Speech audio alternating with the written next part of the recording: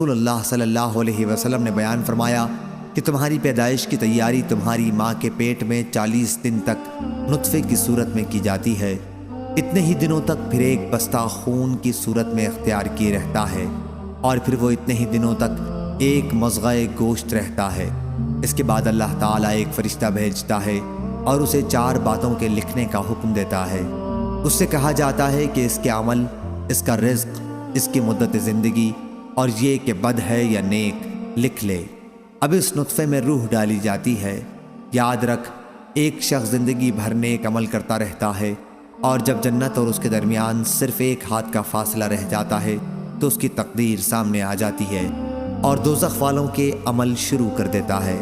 اسی طرح ایک شخص زندگی بھر برے کام کرتا رہتا ہے، اور جب دوزخ اور اس کے درمیان صرف ایک ہاتھ کا فاصلہ رہ جاتا ہے تو اس کی تقدیر غالب آ جاتی ہے اور جنت والوں کے کام شروع کر دیتا ہے۔